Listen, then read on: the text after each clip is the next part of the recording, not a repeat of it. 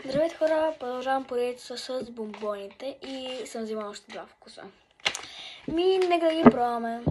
Преди малко отворих и тия. И ги пробвах. Те не са много, по принцип. Да ги отваряме. Така. На мирис са уникални. Това с какво е?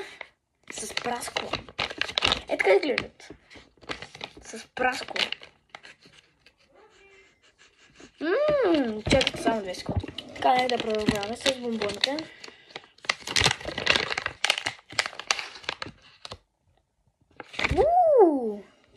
Вижте. Има ти някакво сокче вътре.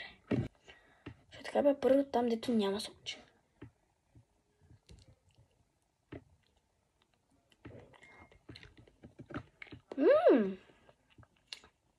Съдай се със сокче.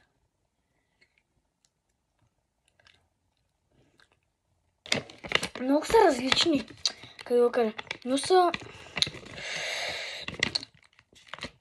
Като изядеш само пръската без това вътре. Е вкусно, да кажем. Но като пробваш прасковата с това вътре, ще става още по-сладко в устата. Става, че аз харесвам сладко, в принцип. И с праскова комбинацията на мен много ми харесва. Нека да отваряме тия с ягода. Така изглежда опаковката. Това път за първи път ще отварям неотворен пакет. Нека да ги отваряме. Е така се отварят. По много лесен начин се отварят. Е така. 3, 2, 1.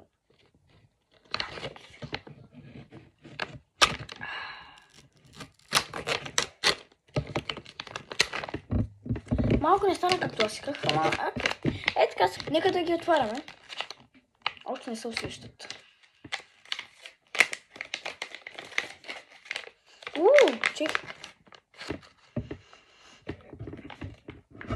Чакай. Какво? Ягодата повече ми харесва на мирис. 2 секунди. Ягодата има повече аромат. Така, нека да ги пробвам. Е, толкова съм. Много съм. Така че ви препоръчвам да си вземете прасковата. Меки са.